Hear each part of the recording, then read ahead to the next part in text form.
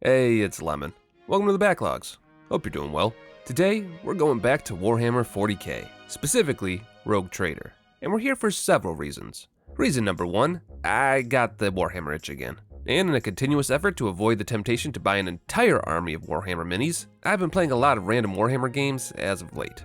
Reason number two, Rogue Trader is absolutely massive, and despite making 2 challenge runs about it, I haven't explored a tenth of it. So we're gonna try a few new things this go around.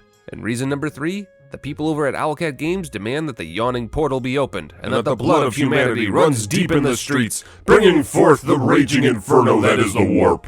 Because apparently, murdering every single teammate and NPC I came across last time wasn't enough for them. How bloodthirsty are they over there? You know what?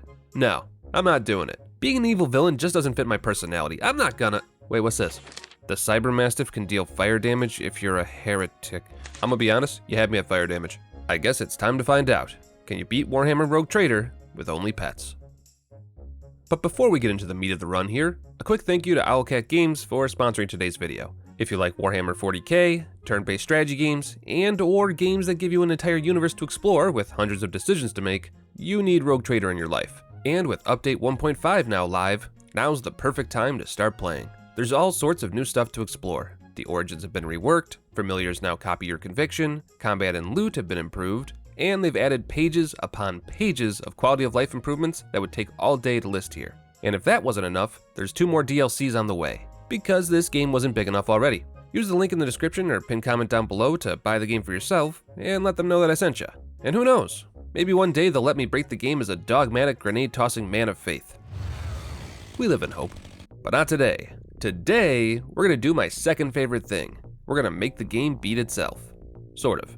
Time to make us a character. We pick a Voidborn origin, because it gives us extra willpower. Pick Arbitrator as our class, because we need to get that doggo. Pick the Ruthless Suppression subclass, because it makes it so that whenever my familiar or I are surrounded by 2 or more enemies, we can't be critically hit, and my familiar's critical hit chance will go through the roof. Take -5 commerce as my character penalty, because why not? Then pick the Officer archetype. And after we pump all of our stat points into agility, fellowship, and willpower, we get to name our ship. Why, the doggo's Delight, of course, as if it could be anything else. As for my character himself, let's go with Jack Russell. Sir Jack Russell, Woofington, III, Esquire. And with all of that paperwork out of the way, we can officially begin the run. Because we played this game several times now, I'm gonna do my best to focus on important mechanics only. And we'll probably speed through a good chunk of the story as well, because otherwise, we'd be here for hours. And while many of you would love that, today is not that day. I meet up with Coonrad, picking all of the dialogue options that involve saying my full title and then some, because I find it funny, then head out to meet with Theodora. But first, meet the new addition to our team, my Cyber Mastiff, appropriately named Bastion. Say hi, boy. Woof. So remember when I made a character based entirely around willpower, fellowship, and agility? There was a reason for that. Turns out, as an officer class, I have several abilities that can buff my allies in a multitude of ways, and most of them revolve around my willpower and fellowship stats. And because I'm not a dog and can't physically attack enemies myself, it's not like I need any of the other stats anyway. As for agility, we pumped that up because, simply put, more agility means we are more likely to dodge an enemy attack. You all know the story by now. Coonrad is a traitor and bops me in the back of the head, then tries to force me to open the door to the warrant of trade, which goes badly for him when I instead activate the door's defense systems. I pretend to read the fine print of the warrant and sign away my life to, I don't know, the space age equivalent of Google probably, if we're being honest, then get ambushed by some more bandits, which seems like the perfect time to explain how my dog works. Right now, Bastion has 3 modes. I can direct him to attack an enemy, tell him to protect me or another ally from enemies, or put him in battle mode, which gives him his own initiative on the timeline and lets him make his own attacks and moves without my input. The protect option is great because it not only tells Bastion to attack any enemies around me immediately, but it also gives me a buff and makes me very difficult to hit. And if any enemies try to hit me anyway, Bastion gets a counterattack, which is fantastic. Because in situations where I'm outnumbered 20-1, which is going to be most combats, getting multiple opportunities to hit back when it's not actually my turn is the name of the game. The only flaw in the Protect skill is that Bastion can't counterattack ranged attacks against me. But don't worry, we've got plenty of options to work with. If I use my voice of command on him, which gives him a plus 15 to all of his stats for a single round, then use Break the Ranks on Bastion, this not only gives him additional damage for the rest of his turn, but also lets him immediately attack an adjacent enemy. Combine that with those bonuses we got during character creation that makes it so that Bastion is more likely to crit when we're surrounded, and the damage gets really big, really quick. And for when we just need a simple targeted attack, there's Apprehend. Bastion runs up to an enemy and attacks, doing 50% more damage than normal, and then proceeds to follow that enemy around the map if they move on their turn. I mean, they have to survive the attack first, but you get the idea. Bastion and I clear out the rebels attempting to take the ship, while the rest of my teammates just sit back and watch the carnage. I accept the warp's assistance in escaping the burning bridge, which both boosts my heretic conviction and gives me a pistol that grants me plus 10 coercion just for having it equipped, then get the terrible news that I'm now the rogue trader. What a shame. After that, it's a simple matter of clearing the final battle of the tutorial, and we'll be home free. So, here's the strat. Bastion chopped down a few rebels, but rather than run around the map trying to find the rest of them, we're just gonna burst down the chaos spawn. Reason being, the spawn has an ability where it absorbs an enemy to regain health, which means one less move from the chaos spawn, and a whole lot less sprinting around on my part. The only thing I have to do is make sure I don't die in the meantime, and with a sword in each hand, we have just the buff to do so. Each sword gives me a 10% chance to parry, which means 1 in 5 attacks on average is guaranteed to miss completely, and that's after the game calculates if I dodge or not. We got this. We got this by the ass. Well, alright, I don't, but Bastion does. Apparently, if Sir Jack Russell Wolfington III Esquire gets knocked out, Bastion automatically activates battle mode, which means he now has free reign to do whatever he feels necessary until the combat is over or I'm revived. May the Emperor have mercy on the enemies that thought it would get easier without me guiding him. Hell, if anything, he's more deadly without me clogging his gears with inefficient commands. But with that technical victory under our belts, that's the prologue complete. Hell of a good start. I assume command of the Doggo's Delight, and as my first act as Rogue Trader, I make sure to take the mysterious blade fragment from Janris. It's just a broken sword, it's not like this is a catalyst to the end of the universe or anything. And so begins Chapter 1. We've got 3 goals. Collect a navigator on Urek 5, visit the prison planet of Rycadia Philia, and see what the hell is going on Rykad Minoris. Breaking with my usual tradition, I decided to visit the prison planetoid to see what happens if you check that out first. Turns out, not a whole lot. The only difference is that you catch Lord Winterscale before he tries to negotiate with the Warden. But come on, the Warden is giving the prisoners 3 square meals a day and reducing beatings. And we all know there's no negotiating with a madman. And with Bastion giving the Warden his 2 cents as well, that's the prison restored to order. Which means it's time to head to Urek 5 to get me a navigator. Looks like things are going well here. In the interest of trying something new, I did demand that Felic Orselio join my team as a navigator instead of Cassia. But yeah, he didn't take too kindly to that. Bastion, show this man what happens when people tell me no. The people here have all mutated, so I clear out the station in its entirety, then proceed to blow up all their research, completely on purpose. Definitely not because I failed a puzzle or anything. And with that done, it's time to head into the elevator and find someone who can navigate the what is this feeling I'm getting right now? And who is this alluring creature? Oh, pardon me, I must look an absolute beast covered in the blood of your subjects. Sir Jack Russell Wolfington III, Esquire von Valencius. A pleasure to make your acquaintance. Oop, looks like the sheer awe of all my titles made her faint. I play nice with the remaining members of House Orselio, so that Cassia won't be too upset when she has to join my crew, and offer her my protection and shelter aboard my ship. As a lady navigator of House Orselio, I accept your gracious offer of protection.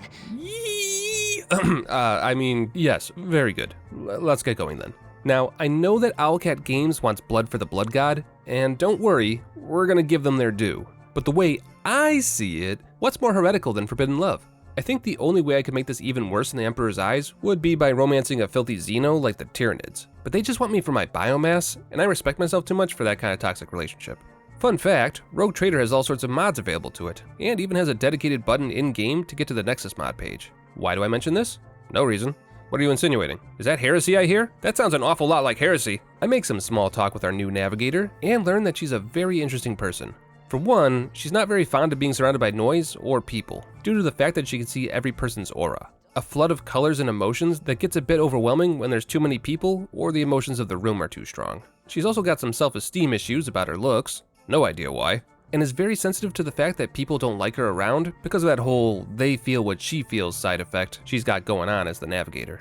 I make sure she's feeling welcome on the ship and maybe slip a few sweet nothings into the middle of our conversation for good measure, but she's very much been raised on the ways of proper nobility. Words like that, Lord Captain, could easily be misconstrued.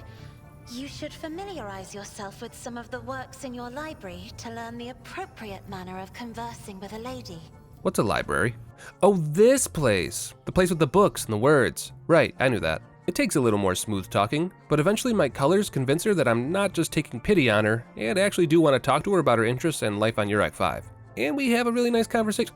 Jesus, Owlcat, slow down! Good lord, we're not even on the first date yet. Right, back to wanton death and destruction. Time to see what's going on Rykad Minoris. But before we dive headfirst into that nonsense, meet the newest member of our team, Cassia's pet, Zenith the Cyber Eagle. Because nothing brings people together like surviving life or death encounter. Good God! So, let's talk about Cassia. Much like myself, she won't be using any weapons to fight, and we won't be putting any points into her damaging psyker skills either. But she does have a few things that she can do at this point. She can give a voice of command, just like myself. She can give me an extra turn, though with only enough action points for 1 or 2 actions. She can give me 5 movement points to help me get out of danger, if need be. And she can give me an extra boost of willpower and toughness until the end of combat, which essentially equates to giving me a nice health boost. As for her Cyber Eagle, it currently only has one move, Obstruct Vision.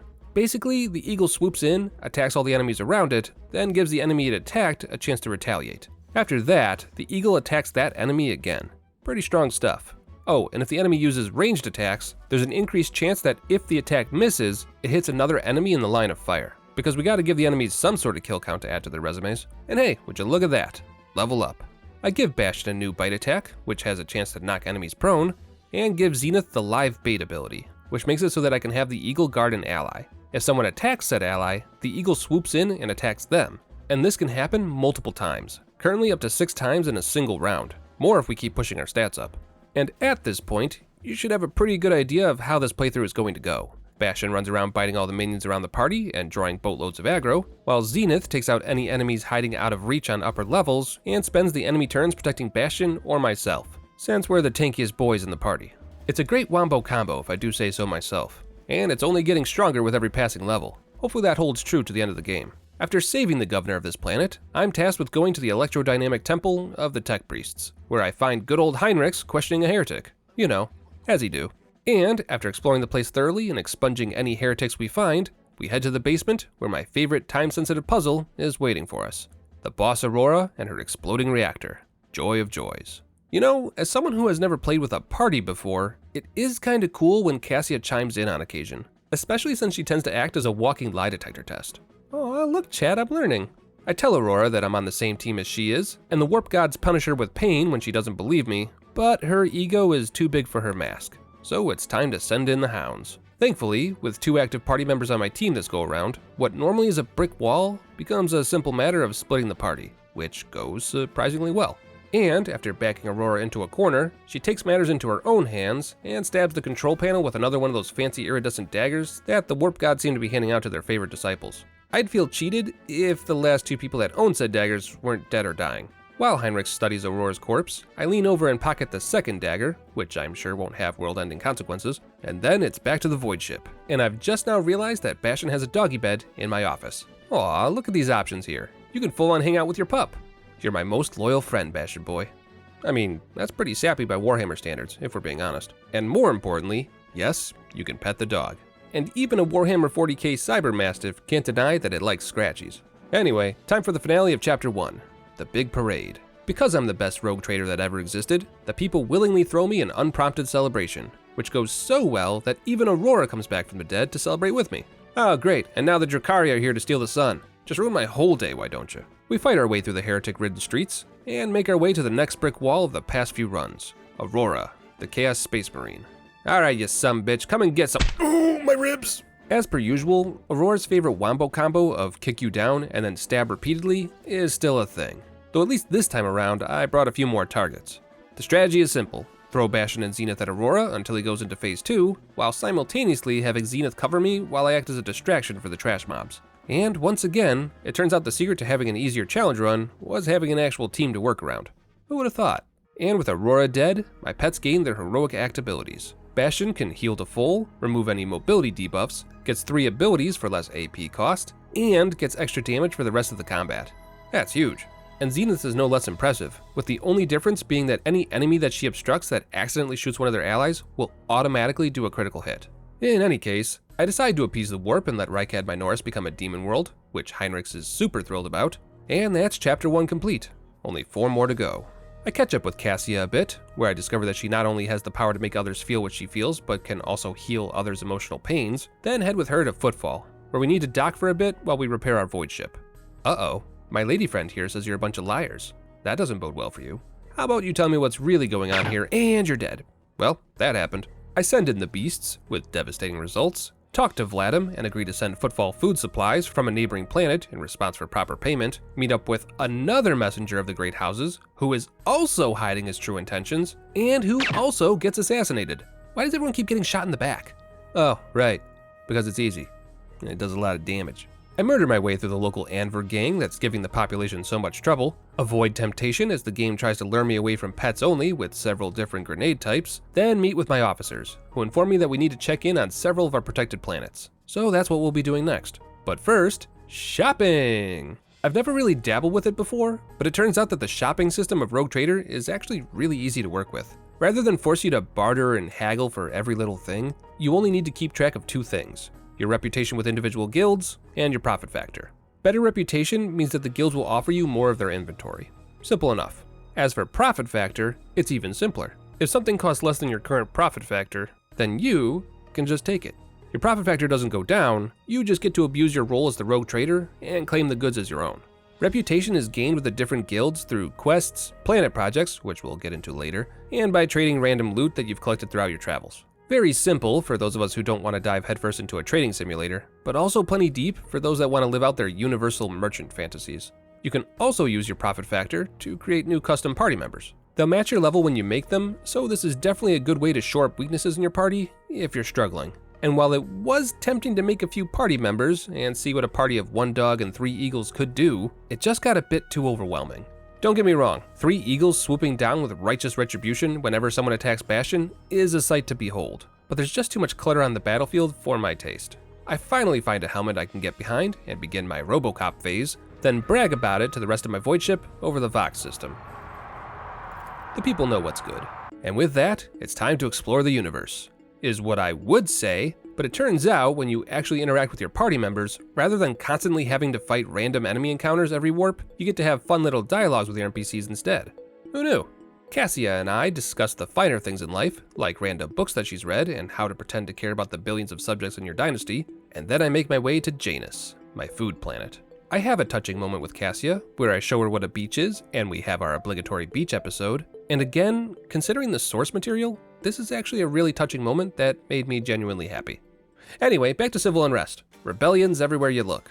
Ah well, at least Zenith and Bastion are eating good today. I go through the song and dance of telling the local governor I'll assist them with their rebellion problems, using the psychers aboard my void ship to locate the rebel base, then get some new abilities. Bastion learns advanced tracking, which makes it so that every single square he moves during his turn gives him +3 damage to his attacks, which is huge if you use it at the right time. And Zenith learns blinding strike, where she attacks every enemy around her and forces them to pass a resistance test or be blinded for a turn. And just in time too, because we've got some Xenos trying their best to ruin my perfect world. Oh look, they brought a psyker. Shaved my willpowers through the goddamn roof. Hey Zenith, would you mind? Yeah, thanks. I think the pet system might be a bit overpowered. Not sure why, just a hunch. After dealing with the Xeno insurrection, I head back to the governor and deduce with Cassia's help that she's not only a terrible leader, but also performing some super sus experiments on the locals and food we have stored here. Oh wait, heretical experiments? Oh, well, why didn't you say so? Just make sure you send some of that special foodstuffs to Footfall. Gotta spread that heretical love around the universe. And with Janus back under control, we can now start assigning projects to it. As mentioned before, these projects are how we go about getting all sorts of resources, reputation, and profit factor. Some of the resources are just consumables, like grenades and stims, but some are more abstract, like chemicals or efficiency, and can be used for future projects or contracts that you'll be offered for even more resources later on. Personally, I'm just interested in raising my heretic conviction and profit factor, so anything that gives those a boost is immediately getting researched. I have Janris redecorate my office a bit by replacing that awful picture of Theodora with one a bit more refined. Yes, quite. And during another quiet moment between Cassia and I ask her if she would paint me something for my poorly decorated walls. Aw, look, she's happy. What is such a sweet character doing in this game, and how do I protect her from the entire Warhammer universe? I mean, look at this. We're full on courting one another with symbolic gestures. Cassie's over here dropping handkerchiefs, and like the proper gentleman that I am, I get to return it to her with a little gesture of my own. Also, can I just say that I love that the game still gives you dialogue options that are completely oblivious to what's going on? That's actually very funny. Gotta earn that romance, my dudes. Right, time to travel to wherever the hell we're supposed to be going. Wait, another interaction? Good lord, there's a lot of content that I missed on my last playthroughs. Aw, Cassia sent me an herbarium, and threatened to cut out the servant's tongue if he fucked up the delivery. Isn't she just the best? What to send in return? Yeah, send her an embroidery loom. Ladies love that sort of thing. Yeah, no, she's getting an entire library. Nothing but the finest reading material for my Cassia. Also, can I just compliment the writers of this game for a minute? It's not easy to bounce between writing touching, poetic descriptions of a blossoming romance and full-on Lovecraftian horror. Seriously, big props. The writing does some heavy lifting in this game, and it does it well. In other news, this game is literally begging me to do a grenade-only run. I'm just over here scanning planets, and it's thrusting new grenade types in my face. Like, come on, man, stop! Oh, hey, look, a cutscene that perfectly embodies my inner turmoil right now.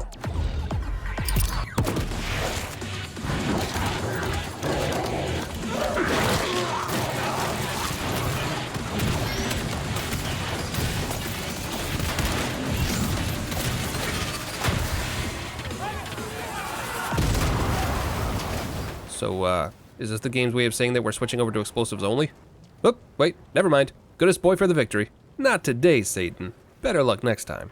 Moving further into Chapter 2, I finally make it to Dargonis, home to my very elaborate palace and throngs of devoted citizens. And, more importantly, the Curiosity Merchant, who sells all sorts of upgrades for my pets. These upgrades are actually really great. For example, I can get one now that gives my dog plus 10 strength, 100% more damage, and other random stacking bonuses because me and Bastion are heretics. And these upgrades only get better from here. I meet up with Achilles Scalander, who I try to keep at an arm's length due to the fact that he's betrayed me in Act 3 every single time I've played this game. Then, due to reports of bad things brewing, head over to Kiavagama to see why my foundry planet has stopped producing goods for my dynasty.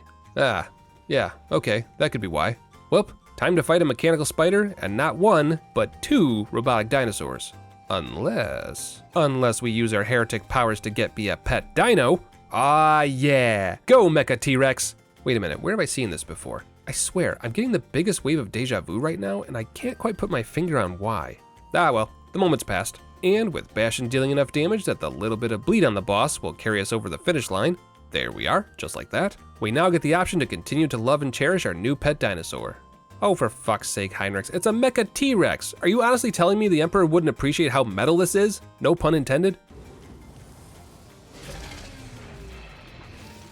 Did you just kill my robot dinosaur? Oh no, my finger slipped on the escape key. And now my clicking finger is spasming and I'm accidentally loading a previous save. How weird and unfortunate. And oh no, what's this? I'm at that one bottomless pit that you can find. Oh boy, I sure hope my finger doesn't spasm again while hovering over this option here. Oh no! Well, nothing we could have done. Guess we'll just have to move on. Gosh, I just don't know how I'm ever gonna get over the fact that Heinrichs is dead. Such a terrible way to go.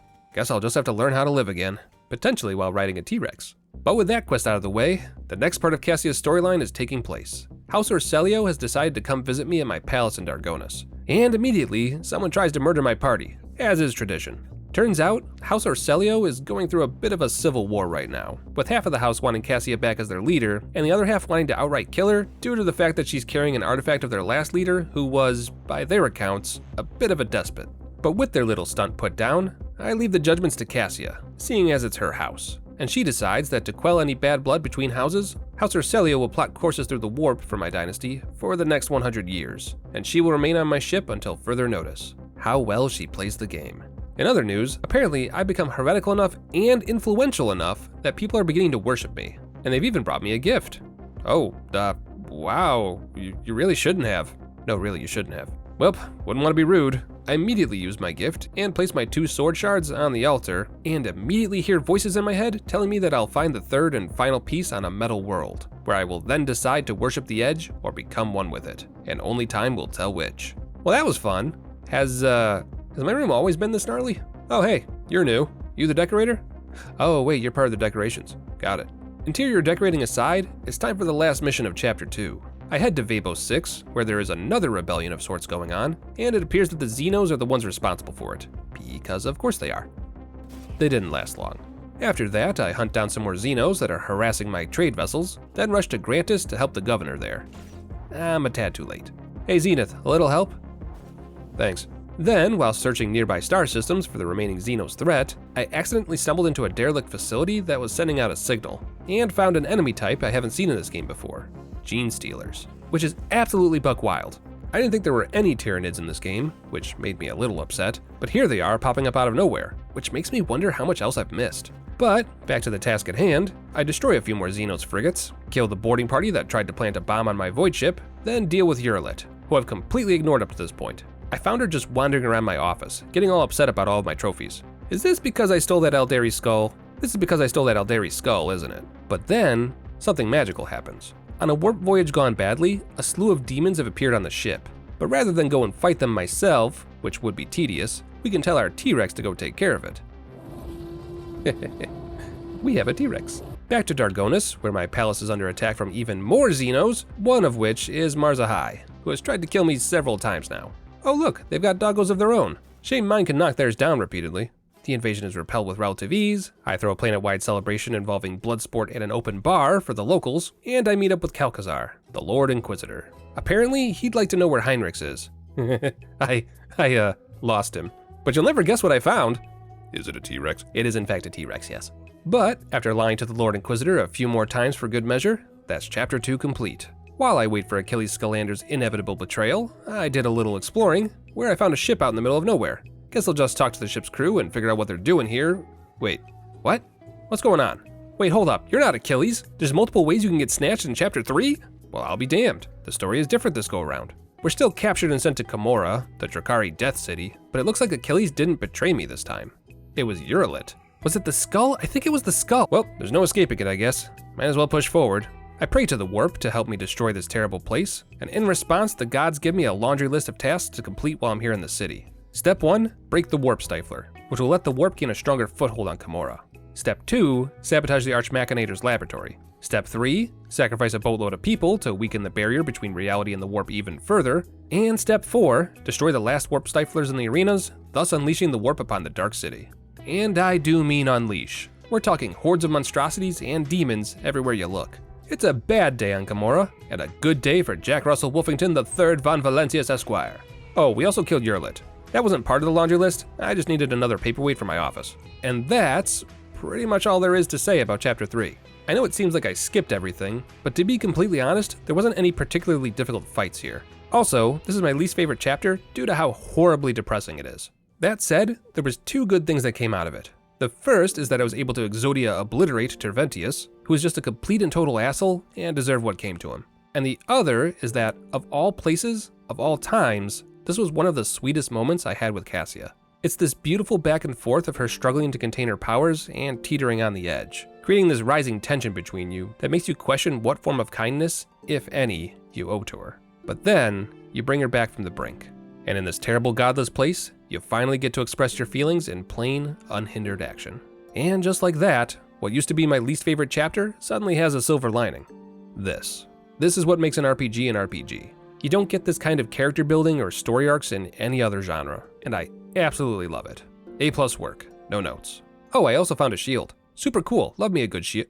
Is that immolation from Dark Souls 2? Is this an immolation spell from Dark Souls 2? No. No! No! Well, with that horrifying thought now taking up space in my brain, that's chapter 3 complete. Moving right along. I locate rogue trader Caligos in the never-ending jungle world, where it appears I've usurped the blood god in popularity. Go me. Take Yadira on a little side quest where I convince her not to use a Psi Stifler and instead welcome the warp into her mind, which has some interesting side effects. And then go back to Dargonis to kill rogue trader Incendia, who was doing more harm than good to my planet. And with that all said and done, I've not only almost finished chapter 4, but I've also almost maxed out my heretic conviction. And, as promised, Bastion is a very corrupted doggo. You can tell because of the spikes, and the fire damage. But we've got one more big mission to go, the Siege of Euphrates II. The final piece of the sword I've been slowly collecting this entire game is on that planet, and I wants it. I hold a war council with all the local armies, discussing how we can fight against all the heretic armies on the planet, while secretly listening to the voices inside my head, telling me to wait for the right time to strike. Completely avoid all concept of strategy and direct all of their armies to just rush into the grinder, weakening my alleged allies' forces even further, then find the hiding place of the third piece. And it looks like our old friend Coonrad's here too. Guess it's time for a reunion. But we can't blow our cover just yet. So, while the Space Wolves give glorious battle, it's my job to find a way down to Coonrad. In an interesting turn of events, rather than have to fight my way through the entire facility, it appears that all the time and effort I put into promoting myself as a heretic god has paid off, and the heretics here have no interest in fighting me. Free XP, baby! I did still have to fight this hulking bastard though, so that sucked. Fun fact, remember how in my last run there were certain pyromancy spells that couldn't target the batteries around the arena? You know, those super important batteries that remove the boss's shields and make him an actually winnable fight? Guess what can't target the batteries? Did you guess both my Cyber Eagle and my Cyber Mastiff? Because you'd be right. Now, it's not all bad news. My pets can still attack the boss itself, and considering how many times it attacks per round, we'll be getting a lot of counterattacks. They just don't do very much. But when it all seemed lost, a ray of hope. As luck would have it, I've upgraded Bastion's heroic act ability with a new modifier. Until the end of combat, he does additional damage equal to 6% of his target's maximum health pool. And considering this boss has over 1200 health, we might just be able to pull this off. Combine the 150 damage on average with the fact that Bastion can attack about 4 times in a turn, and it's only a matter of time before Bastion and Zenith get the job done. Whew, I wasn't panicked, you were panicked. But with that done, it's time to finish what we started. I meet up with Eurolon the Cruel, who managed to incapacitate all of the Space Wolves, convince him I'm on his side by telling him the secret code word, give Coonrat a cheeky wink, because we gotta have a little fun with it, then get another boss fight. Instead of fighting Eurolon like normal, we get to fight the Space Wolves, who basically use second wind to get back into the battle. This fight is tricky. Remember the Chaos Space Marine fight in the beginning of the game?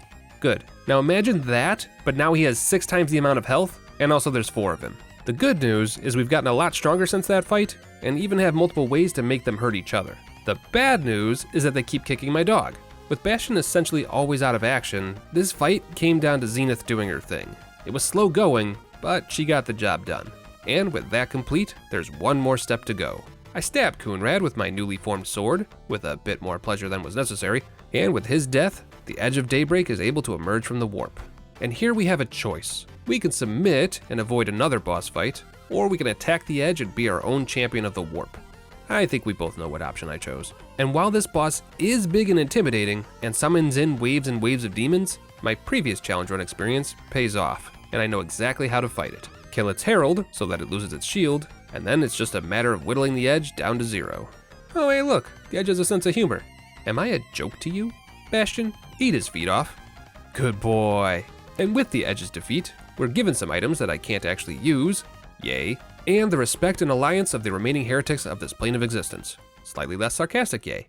And after visiting the mysterious trader for some final heretical upgrades for Bastion and Zenith, it's time for the home stretch. Oh hey, my ship upgraded to full heretic mode. Are those banners made of skin? Hey, did I mention that I got sucked into a painting with Cassia, Dark Souls style? Guess I didn't forget the doll. Turns out there's a whole subplot going on with House Urselia's story arc, and those stories about their last leader being a tyrannical despot were pretty spot on. But don't worry, we escaped the painting, and even found the hidden world on which House Urselia's powers originate from. It looks like House Urselio has been using an Eldari spirit monolith to increase their power this whole time. For those that aren't well versed in Warhammer lore, that's bad. That's very bad. Like cursing an entire race of people to a hell they can't escape kind of stuff. Thankfully, Cassia has become a very confident leader in our short time together, and convinces the Eldari that she can and will remove House Urselio's connection to the spirit monolith. And with that, a deal is struck. House Urselio will have to rely on its own power from here on out to navigate the stars, but the civil war inside their house can finally come to an end. Oh, and also the dead Xenos are no longer in Super Hell. That too, I guess. I also found a backpack that makes it so that grenades don't hurt allies, and your grenades have a 50-50 chance of being free to use. Begone, Satan! You shall not have your pound of flesh this day. Come back tomorrow. But with that done, there's one last thing to do in Chapter 4. I discover that Lord Inquisitor Calcazar has disappeared, and politely ask his butler to tell me his whereabouts. And, while warping across the entire map, Lady Cassia requests my company one last time. Hello, my lady. Wait. I have something very important to tell you. The time I have spent with you has been the most cherished time of my life. You have freed me from the shackles of fear and disgust at myself. You have shown me the world without pretense, the way it truly is. And I want, by the resplendent throne, I want to write my story together with you. I'm not crying, you're crying. Do you promise to love me till the end of our days? Will you allow me? Let this night be my answer to you. Well, all right then. Oh, chat, a little privacy, please. Not the bird, though. The bird can watch. 8 hours? Holy shit. And with that storyline brought to a satisfying end, it's time for Chapter 5, where we chase Kalkazar into an unknown star system with no way back home. Let's finish this. All right, boys and girls, let's get some answers. Wait, hold up. I've seen this style of architecture before. Oh no. Oh no. Oh shit, we've got Necrons. This is bad. This is very, very bad. Not only do the Necrons come at you in waves from their teleporters, threatening to overwhelm you, but they also tend to use long-range weaponry, which sucks when your attacks rely on your pets getting into melee range. And it sucks even worse when you realize they can sometimes teleport out of danger, or when you discover that they reanimate after you kill them, or that the big ones have shields on their fronts and need to be attacked from behind in a game where you can't directly tell your doggo what angle to attack from. We may be in trouble, or at least that's what I thought. Thankfully, the Necrons love to be at long range, and Bastion's Apprehend skill lets him chase after enemies that try to run. It's not a smooth process, but it's a lot better than killing them 5 damage at a time. And for my troubles, an absolutely amazing dog upgrade item that not only boosts my stats and damage, but also gives Bastion an additional skill. And a similar upgrade for Zenith as well. A much needed morale boost, considering that even the spaceships of the Necrons can reanimate. But after fighting off waves of Necrons and exploring a few Necron tombs, I've finally figured out where Kalkazar is hiding. Oh, and our machine spirit Nomos wants in on the action this time for reasons that even it doesn't understand. Sorry, little buddy, but I can only use pets in combat. Oh, wait, you can inhabit the T-Rex? Oh, hell yeah. Welcome to the party, Nomos. This is it, the final battles of the game.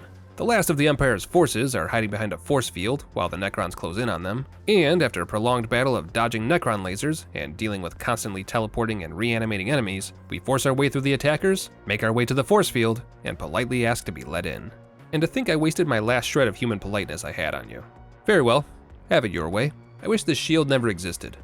Oh, apparently that wish was a bit of a monkey's paw, and everyone that helped that shield exist in the first place also got evaporated into nothing. Oops. Well, no time to think about that. We've got 2 more battles ahead of us. The first is against ourselves, or rather, 3 different versions of myself. Iterations of the 3 different paths I could have chosen throughout the game. What happens next is a strange dance, where all 4 versions of us begin fighting one another. It's pretty wild, considering that these enemies have just as many skills as we do and are not shy about using them all in one sweeping combo. But, one by one, the false versions fall to teeth and claws, and I finally catch up to Kalkazar. Funnily enough, our meeting starts pretty amicable. If anything, he realizes that there's no harm in answering all my questions, since one of us won't be making out of this alive. I won't go into deep details, we'll save that for a lore dive some other time, but the long and short of it is that Kalkazar is responsible for, well, pretty much everything, either directly or indirectly. It doesn't matter who or what it was. Xenos, heretic artifacts, Gamora, all of it felt some piece of Kalkazar's influence. But with my questions answered and my loyalty to the warp cemented, it's time to give Kalkazar a swift kick in the... What just happened? Oh good, Kalkazar has an ability where he can force enemies to fall prone around him. I love that for him. Between that, his minions giving him all sorts of buffs, and him tossing me around like a ragdoll, this is turning into a bit of a problem. But after remembering the age-old adage of kill the spellcasters first, and combining that with using a crapload of healing kits on myself, eventually, Kalkazar makes the mistake of targeting me with all of his abilities instead of Bastion, and my pup is able to finish the fight. Oh hey Nomos, where the hell were you? You were supposed to act as backup. Well, good news little buddy, the fight's not over yet. The final boss of the entire game is upon us, a Shard of Kirtan. What is a Shard of Kirtan? Well, I'm sure someone in the comments will write me a short thesis to let me know, but as far as I can tell, it's a shard of a star god, I guess? The lore is deep and vast, but essentially this thing is from the beginning of the universe, one of the oldest intelligent life forms, and one of the strongest. When it has its full power, it literally eats stars, which actually explains the litter of star corpses we saw before landing on this planet. Now a shadow of its former glory, the Necrons have shards of them tucked away across the galaxy, keeping them as weapons of mass destruction, which means it's up to me to shove it back in its box. That's probably not good, is it? Oh crap, I've heard of this. Apparently, Kirtan has a move that can insta-kill a party member. You dare to even think of You dare to even think of insta-killing my waifu? Bastion, teach this beast what it means to fear, because though it may be older than the concept of time, it still bleeds. Lords, gods, it's all just names for things that people can't understand. But I don't need to understand it. I just need to kill it. Woof.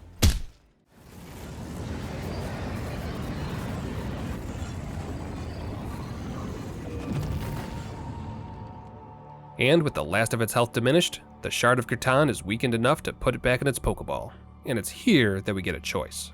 We can destroy it, which would be the simplest option, but we could also release it, allowing it to consume the energy of the universe and eventually rejoin with its other parts, becoming whole once more.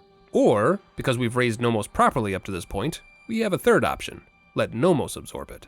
Go forth, my child. Teach them the power of the T-Rex. And just like that, the immense power the Shard of Kirtan once held is now ours. And with this new strength, it's our turn to master the universe. And there you have it. Rogue Trader beaten with only pets. What a wild ride that was.